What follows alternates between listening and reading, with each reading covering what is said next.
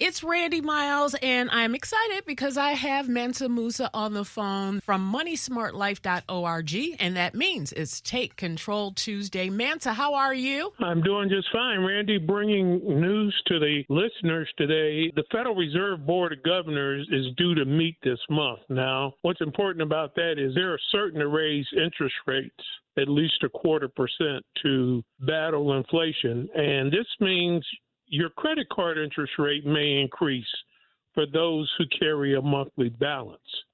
So you want to make sure you check your statement and your apps monthly to look for increases, because 0.25 point can mean a percentage point or more on your credit card interest rate, and they're already high. Yeah. So let's talk about what we can do personally to battle inflation. And these are just some tips, not all of them. But the first thing I would say is don't live on your credit card. Yep. Especially for consumables like gas and food. You don't want to be paying interest on something your vehicle and body put into the waste stream a long time ago. Exactly. Now, the biggest impacts on families' budget when it comes to inflation is food and energy. So focus on those two, how you can save in those two areas. They're necessary to do, but look for areas where you can be more efficient. One thing is drive less, just period. You'll use less gas. Figure out ways that you can do that. Lower your thermostat at least 2 degrees.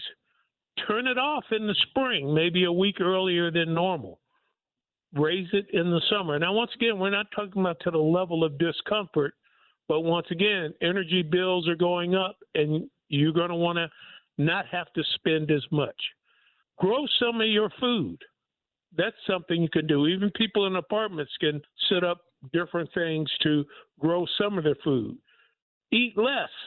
That's certainly one way to cut food costs that most of us is probably within our ability to do. Absolutely. The next thing is be more intentional about your eating. Have a workable meal plan for tomorrow. Here's what I know, Randy, and I think everybody can agree with it. If I am fortunate enough to wake up tomorrow, I'm going to eat. Absolutely. So have a meal plan for tomorrow and execute that plan today. So I make my plan for tomorrow, and when I wake up this morning, I execute that plan. And then I have a plan for tomorrow.